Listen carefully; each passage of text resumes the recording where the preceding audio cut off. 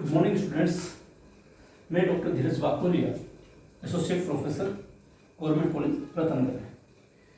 अपन अब तक बात कर चुके हैं ब्रिटिश संविधान के बारे में। पिछली क्लास में अपन ने ब्रिटिश संविधान की जो मौलिक विशेषताएं हैं उनके ऊपर चर्चा की थी। जब अपन ब्रिटिश संविधान के बारे में बात करें, ब्रिटिश संविधान को पढ़ें, तब हमारे सामने कुछ ऐसी शब्दावली आएगी, कुछ ऐसी बातें आएगी जिनको संविधान के अध्ययन के समय हमें याद रखना या ध्यान में रखना आवश्यक है।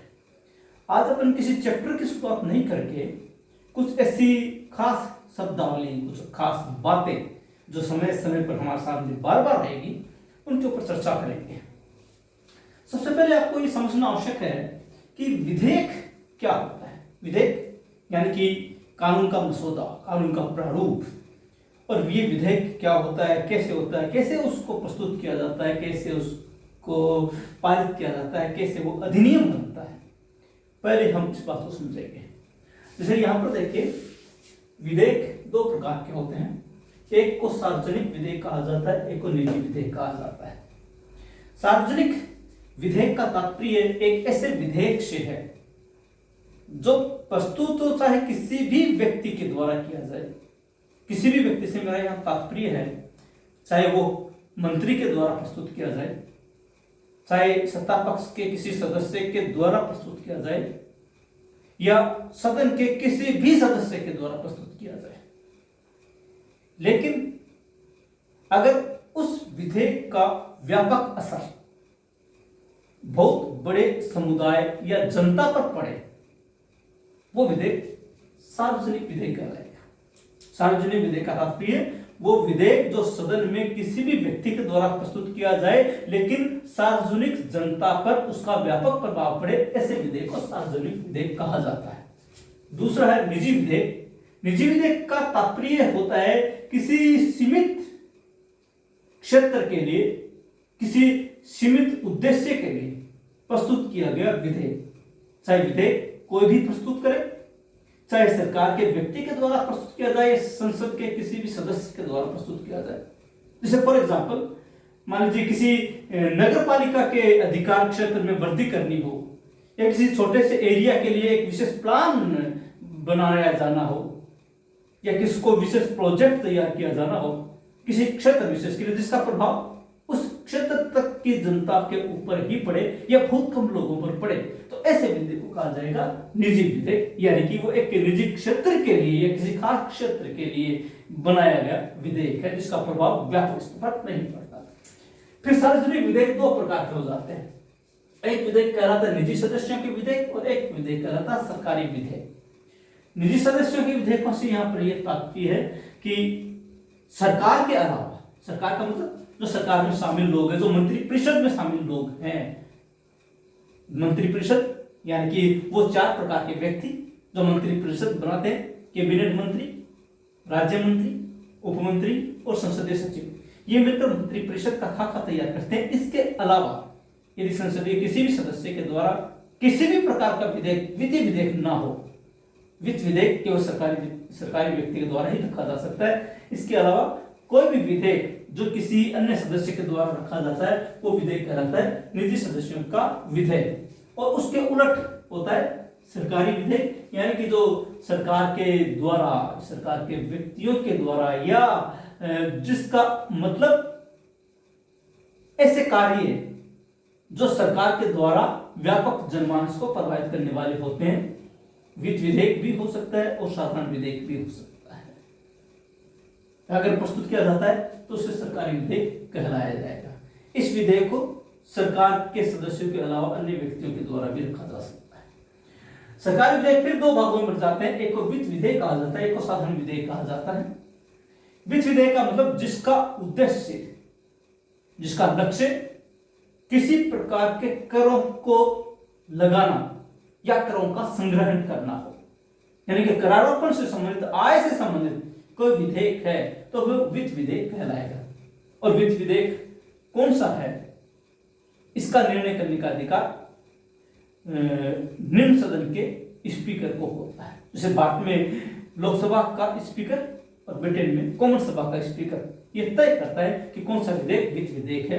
अगर वो प्रमाणित कर दे तो वो वित्त विधेयक की श्रेणी में आएगा और ऐसा विधेयक सिर्फ सरकार के मंत्री के द्वारा ही रखा जाएगा। याद रखिएगा, पुनः दोहरा रहा हूं, वित्त विधेयक केवल और केवल मंत्री के द्वारा ही रखा जाएगा, अन्य किसी सदस्य के द्वारा नहीं। और उसके उलट दूसरा होता है साधारण विधेयक। साधारण विधेयक का तात्पर्य वो समस्त प्रकार के विधेयक जिसमें वित्त संबंधी कोई भी बात का उल्लेख नहीं है। अगर वित्त संबंधी कोई बात का उल्लेख है तो वो वित्त विधेयक की श्रेणी में आ जाएगा। इसके अलावा बाकी अन्य समस्त विधेयक कहलाएंगे साधारण विधेयक।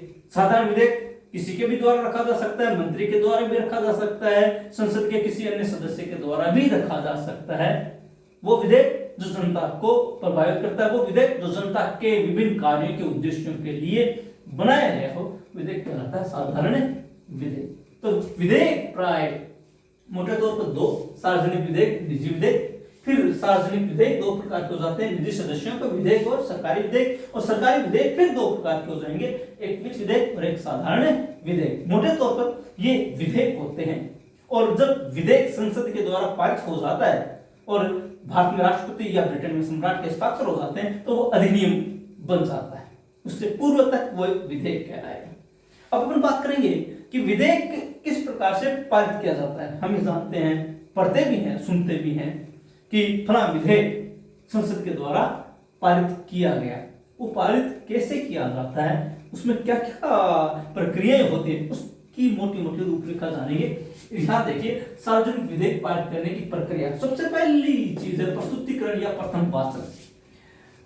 जब हम बात कर रहे हैं सिर्फ साधारण विधेयक की और किसी विधेयक के बारे में बात नहीं करेंगे, जो विधेयक है आप समझिएगा, कोई भी साधारण विधेयक जो संसद के सामने, संसद के किसी भी सदन में, याद रखिएगा साधारण विधेयक संसद के किसी भी सदन में रखा जा सकता है। ब्रिटेन में संसद के दो सदन हैं, जिसे एक को लोकसभा, दूसरे को कॉमन सभा कहा जाता है। भारत में राज्यसभा और लोकसभा कहा जाता है। साधारण विधेयक किसी भी सदन में रखा जा सकता है। जब किसी भी सदन में रखा गया है, सबसे पहले तो उसको कहा जाता है प्रस्तुतिकरण या प्रथम वाचन। ब्रिटेन की बात करेंगे, ब्रिटेन में प्रथम वाचन या प्रस्तुतिकरण होता है। उसके पश्चात तीन बातें आती है उसके सामने। सबसे पहली बात कि विधेयक के बारे में विधेयक प्रस्तुत करने वाला व्यक्ति, चाहे कोई भी व्यक्ति है, वो सबसे पहले ये बातें रखता है कि उसके बारे में जो मोटी मोटी रूपरेखा है कि क्या विधेयक है, विधेयक में किन बातों की चर्चा की गई है, विधेयक में किन बातों को रखा गया है, उनके बारे में मोटा मोटा खाका बतलाता है। या दूसरा तरीका हो सकता है 10 मिनट का नियम। 10 मिनट का नियम का मतलब है कि उस व्यक्ति को जिसने विधेयक प्रस्तुत किया है 10 मिनट का समय दिया जाता है, ताकि वो 10 मिनट में उस विधेयक की विशेषताएं सदन के सामने रख सके। और तीसरा होता है उसके ऊपर बहस न करते हुए सीधे उसको द्वितीय वाचन के लिए प्रस्तुत कर देना। मोटी मोटी बहस यहाँ पर हो जाती है, उसके पश्चात आगे उसको भेज दिया जाता है द्वितीय वाचन के स्तर पर। तो ये तीन है, हम समझेंगे। प्रथम वाचन, तो प्रथम वाचन के समय, प्रस्तुतिकरण के समय सदन का वो व्यक्ति जिसने विधेयक को प्रस्तुत किया है वो उसके बारे में मोटी मोटी बातें बतलाएगा और उसके पश्चात विधेयक चला जाता है द्वितीय वाचन। द्वितीय वाचन को विधेयक का सबसे महत्वपूर्ण चरण कहा जाता है। महत्वपूर्ण चरण इसलिए कि यहाँ पर जो विधेयक है उस विधेयक के ऊपर काफी भारी बहस संसद में होती है। विधेयक प्रस्तुत करने वाला व्यक्ति विधेयक की प्रतियां प्रत्येक सदस्य को बंटवा देता है। उसके पश्चात प्रत्येक सदस्य उसका अध्ययन कर लेते हैं और फिर द्वितीय वाचन के दौरान उसकी प्रत्येक बात पर धारावार बहस होती है। यहाँ पर जो प्रस्तुत करने वाला व्यक्ति है वो ये साबित करने की कोशिश करता है कि विधेयक कितना आवश्यक है, और विपक्ष ये साबित करने की कोशिश करता है कि विधेयक अनावश्यक है। तो इनके ऊपर चर्चाएं होती है, बहस होती है, और जब द्वितीय वाचन से विधेयक पारित कर दिया जाता है तब वो जाता है समिति स्तर। किसी भी विधेयक का सबसे महत्वपूर्ण चरण समिति स्तर होता है। अगर विधेयक बहुत महत्वपूर्ण है तो उसको प्रवर समिति के पास भेज दिया जाता है। अगर विधेयक इतना महत्वपूर्ण नहीं है तो जिस चीज से संबंधित है उससे संबंधित समिति के पास भेज दिया जाता है। और ब्रिटेन में एक और परंपरा है, वहां पर संपूर्ण सदन की समिति, वहां पर संपूर्ण सदन की समिति के पास भी विधेयक भेजा जा सकता है। यह तय करता है संबंधित सदन का जो अध्यक्ष होता है, जैसे कॉमन सभा में स्पीकर और लोकसभा में लोकसभा का अध्यक्ष, ये तय करता है कि कौन सी समिति के पास विधेयक को भेजा जाना चाहिए। ये जो स्तर है समिति स्तर, ये इसलिए महत्वपूर्ण होता है कि समिति में शामिल प्रत्येक सदस्य हर बिंदु के ऊपर, हर शब्द के ऊपर बहुत गहराई से मंथन करते हैं, बहुत गहराई से विचार करते हैं। और यहाँ पर समिति के प्रत्येक सदस्य के बीच में बहुत तीखी बहस भी होती है। वो हर उस चीज को परखते हैं जो उस विधेयक को अच्छे से अच्छा बना सके, उनकी कमियों को भी ढूंढने की कोशिश करते हैं जो उस विधेयक में, ताकि उसको उस स्तर पर दूर किया जा सके। इसलिए ये सबसे महत्वपूर्ण चरण माना जाता है। जब समिति स्तर से आगे निकलते हैं तो समिति का प्रतिवेदन यानी समिति की रिपोर्ट, समिति की रिपोर्ट सदन के सामने रखी जाती है। सदन ये देखता है कि समिति ने इस विधेयक पर जो बहस की है, जो चर्चा की है, उसके पश्चात उसमें जो कमियां थी उन कमियों को किस स्तर पर दूर किया, क्या उसकी चीजें, क्या उसकी विशेषताएं सामने आई है और कितना वो जनता को प्रभावित कर सकता है और जनता को किस रूप में प्रभावित कर सकता है, पॉजिटिव या नेगेटिव। तो इसके ऊपर फिर सदन पुनः उस पर चर्चा करता है, तो वो कहलाता है प्रतिवेदन स्तर। प्रतिवेदन स्तर के पश्चात जब पूर्ण हो जाता है और यहां से पास हो जाता है, तब ये जाता है तृतीय वाचन के लिए। तृतीय वाचन पर एक बार मोटी मोटी जो बातें हैं उस पर पुनः चर्चा की जाती है। और यहां पर अगर उस विधेयक को पारित कर दिया जाता है तब वो जाता है द्वितीय सदन के पास। मान लीजिए पहली बार कॉमन सभा में प्रस्तुत किया गया तो यहाँ कॉमन सभा से पारित होने के पश्चात लोकसभा में जाएगा, और लोकसभा में प्रस्तुत किया गया तो लोकसभा से पारित होकर कॉमन सभा के पास आएगा। द्वितीय सदन में जब इस विधेयक आता है उस पर ठीक यही प्रक्रिया वापस दोहराई जाती है। सारी प्रक्रिया जो प्रथम सदन में हो चुकी है वो की वो प्रक्रिया द्वितीय सदन में भी होगी। और जब द्वितीय सदन भी उसको सब इसी प्रक्रिया से पारित कर देता है तब ये जाता है सम्राट के पास, और सम्राट के हस्ताक्षर जिस तिथि से होते हैं उस तिथि से वो विधेयक न होकर अधिनियम यानी कि कानून बन जाता है। तो यह है विधेयक बनाते हैं को अधिनियम बनाने की, या हम कह सकते हैं कानून बनाने की प्रक्रिया। एक चीज और आ सकती है कि मान लीजिए विधेयक के मामले में दोनों सदनों में गतिरोध आ गया, दोनों सदन में एक सदन पारित कर देता, दूसरा सदन नहीं करता है, उसके स्तर पर क्या चर्चा होगी। अगर विधेयक सबसे पहले लोर्ड सभा में पारित किया गया है और कॉमन सभा उससे सहमत नहीं है तो प्राय विधेयक समाप्त हो जाता है, क्योंकि लोकसभा इतना महत्वपूर्ण सदन नहीं माना जाता, उसको द्वितीय सदन भी कहा जाता है। यहाँ पर सबसे महत्वपूर्ण और प्रजातांत्रिक सदन जो है वो है कॉमन सभा। अगर सबसे पहले विधेयक लोकसभा में पारित किया गया है, कॉमन सभा ने उसको पारित नहीं किया है, तो प्राय विधेयक समाप्त हो जाता है। लेकिन यदि विधेयक सबसे पहले कॉमन सभा में प्रस्तुत किया गया है, कॉमन सभा ने उसको निर्धारित प्रक्रिया से पारित कर दिया है, अब वो लोकसभा में जाएगा।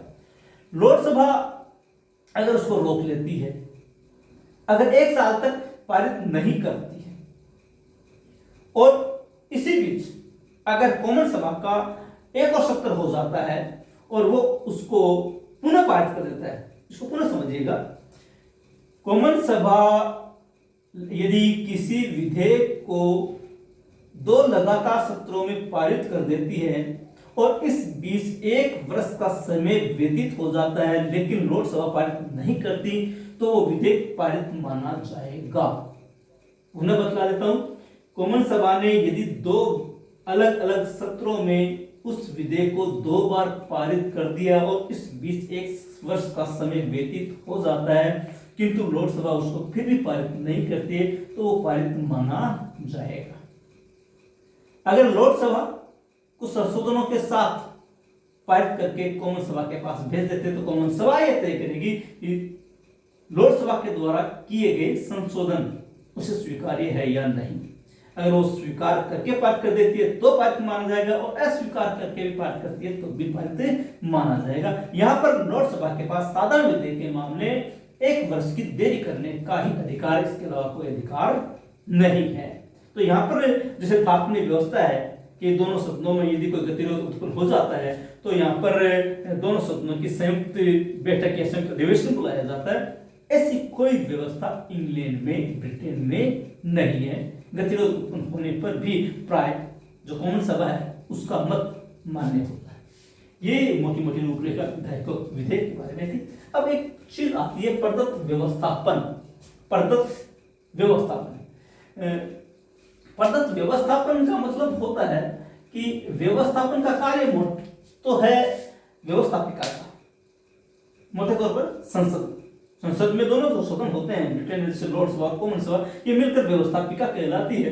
तो ये कार्य जो विधेयक का निर्माण करना है, ये कार्य व्यवस्थापिका यानी संसद का माना जाता है। लेकिन आज के समय में व्यवस्थापिका के ऊपर कार्यपालिका हावी हो गई। जैसे भारत में या ब्रिटेन में संसदीय शासन व्यवस्था है, और संसदीय शासन व्यवस्था का मतलब होता है जहां पर कार्यपालिका व्यवस्थापिका के प्रति उत्तरदायी होती है। कार्यपालिका अपनी बहुमत की शक्ति के कारण से व्यवस्थापिका के ऊपर छाई रहती है। प्राय जितने भी प्रकार के विधेयक होते हैं, जितने प्रकार के कानून होते हैं, सारे विधेयकों को निर्मित करने का कार्य कार्यपालिका यानी कि सरकार के द्वारा किया जाता है, मंत्रियों के द्वारा किया जाता है। ये सारी की सारी शक्तियां जो है वो मंत्रिमंडल यानी कि कैबिनेट यानी कि कार्यपालिका के हाथ में आ गई। व्यवस्थापिका के पास शक्तियां नहीं रही। हम यूं कह सकते हैं कि व्यवस्थापिका मात्र केवल अनुमोदन करने वाली संस्था है और कुछ भी नहीं, तो भी गलत नहीं होगा। इसका मतलब ये निकलता है कि कार्यपालिका ही सारी शक्तियों का प्रयोग करती है। इसका एक कारण ये भी है कि व्यवस्थापिका के पास कार्य बहुत होने के कारण से कार्य भार से इतनी दब गई है कि वो मोटी मोटी रूपरेखा नियम भी नहीं बनाती। ये कार्य भी उसने किसको सौंप दिया है? कार्यपालिका को। यानी कि व्यवस्थापिका के पास व्यवस्थापन का जो कार्य था वो व्यवस्थापिका स्वयं न करके कार्यपालिका को सौंप दे तो उसको प्रदत्त व्यवस्थापन कहा जाता है। यानी कि अपनी शक्ति किसी और को प्रदान करना। व्यवस्थापन की शक्ति व्यवस्थापिका ने किसको प्रदान कर दी? कार्यपालिका को। इसलिए ये चीज कहलाई प्रदत्त व्यवस्थापन। और यही व्यवस्थाएं सब जगह जहां पर भी संसदीय शासन व्यवस्था है वहां पर कार्य कर रही, चाहे वो भारत हो चाहे ब्रिटेन हो। तो व्यवस्थापिका स्वयं कानून बनाने का कार्य न करके ये कार्य भी कौन करने लग गया है? कार्यपालिका यानी कि सरकार के मंत्रियों के द्वारा ये कार्य किए जाते हैं। इसलिए इसको कहा गया प्रदत्त व्यवस्थापन। और समय के साथ यही व्यवस्था स्थापित होगी और आज यही चल रही है। अब देखते हैं गणतंत्र। ये शब्द हमारे सामने बार बार आएंगे। गणतंत्र का मतलब होता है जिस राज्य का मुखिया जनता के द्वारा प्रत्यक्ष या अप्रत्यक्ष रूप से चुना जाए वो शासन व्यवस्था कहलाएगी गणतंत्र। जैसे हम कहते हैं कि भारत गणतंत्र है, 26 जनवरी को हम गणतंत्र दिवस भी मनाते हैं, इसीलिए कि भारत का मुखिया यानी कि राष्ट्रपति, याद रखिएगा राज्य का मुखिया जो भारत में है वो राष्ट्रपति, इंग्लैंड में जो है सम्राट है। अगर किसी राज्य का मुखिया जनता के द्वारा प्रत्यक्ष या अप्रत्यक्ष रूप से, चाहे किसी भी चुनाव होना चाहिए, प्रत्यक्ष हो या अप्रत्यक्ष, तो उस शासन व्यवस्था को कहा जाएगा गणतंत्र। इसके उलट होता है राजतंत्र, यानी कि जिस राज्य का मुखिया वंशानुगत आधार पर अपना पद ग्रहण करता है वो कहलाएगा राजतंत्र। जैसे ब्रिटेन राजतंत्र है, गणतंत्र नहीं। भारत गणतंत्र है, राजतंत्र नहीं। और ब्रिटेन के अलावा भी कई ऐसे राज्य हैं जैसे पड़ोसी भूटान भी है, जापान भी है। ये राज्य क्या कहलाते हैं? राजतंत्र, क्योंकि यहाँ पर वंशानुगत राजा की परंपरा है। फिर आता है प्रजातंत्र। प्रजातंत्र का मतलब लोकतंत्र यानी कि जनता का शासन, जहां पर जनता शासन कार्य में भाग लेती है। प्रजातंत्र को दो भाग में बांटते हैं। अप्रत्यक्ष प्रजातंत्र जिसको कहा जाता है प्रतिनिधित्व प्रजातंत्र, और एक है प्रत्यक्ष प्रजातंत्र। विश्व में एकमात्र स्विट्जरलैंड में ही प्रत्यक्ष प्रजातंत्र की परंपरा प्रचलित है। स्विट्जरलैंड में 22 कैंटन है। 22 कैंटन का मतलब जैसे भारत में प्रदेश 29 प्रदेश कहते हैं अपन, जैसे कि राजस्थान, गुजरात, पंजाब, हरियाणा, उत्तर प्रदेश वगैरह वगैरह। तो उसी प्रकार से स्विट्जरलैंड में 22 कैंटन, उन प्रदेशों को कैंटन कहा जाता है। तो वहां पर भी सिर्फ 6 कैंटनों में ही प्रत्यक्ष प्रजातंत्र विद्यमान है, बाकी में नहीं। और विश्व के अन्य देशों में प्रजातंत्र का जो स्वरूप प्रचलित है उसको कहा जाता है प्रत्यक्ष प्रजातंत्र या प्रतिनिधित्व प्रजातंत्र। प्रत्यक्ष प्रजातंत्र में जनता स्वयं शासन करती है स्वयं कानून बनाती है, स्वयं संविधान में संशोधन करती है, स्वयं जनमत संग्रह के माध्यम से किसी कानून के ऊपर अपना निर्णय करती है। अगर जनता स्वयं खुद प्रत्यक्ष रूप से शासन करे तो उसको कहा जाएगा प्रत्यक्ष प्रजातंत्र। इसके अलावा जनता स्वयं शासन न करके उसके लिए अपने प्रतिनिधियों को चुने तो वो कहलाएगा अप्रत्यक्ष या प्रतिनिधियात्मक प्रजातंत्र। विश्व के समस्त देशों में यही शासन व्यवस्था प्राय प्रचलित। जैसे भारत में भी प्रतिनिधियात्मक या अप्रत्यक्ष प्रजातंत्र है। यहाँ पर भारतीय जनता शासन न करके जनता के चुने हुए प्रतिनिधि शासन करते हैं, उसको कहा जाता है प्रतिनिधियात्मक प्रजातंत्र। ब्रिटेन में भी यही शासन व्यवस्था प्रचलित है। अगला है सर्वाधिकारवादी शासन व्यवस्था। सर्वाधिकारवादी जहां पर सारे के सारे अधिकार किसी एक जगह केंद्रित हो।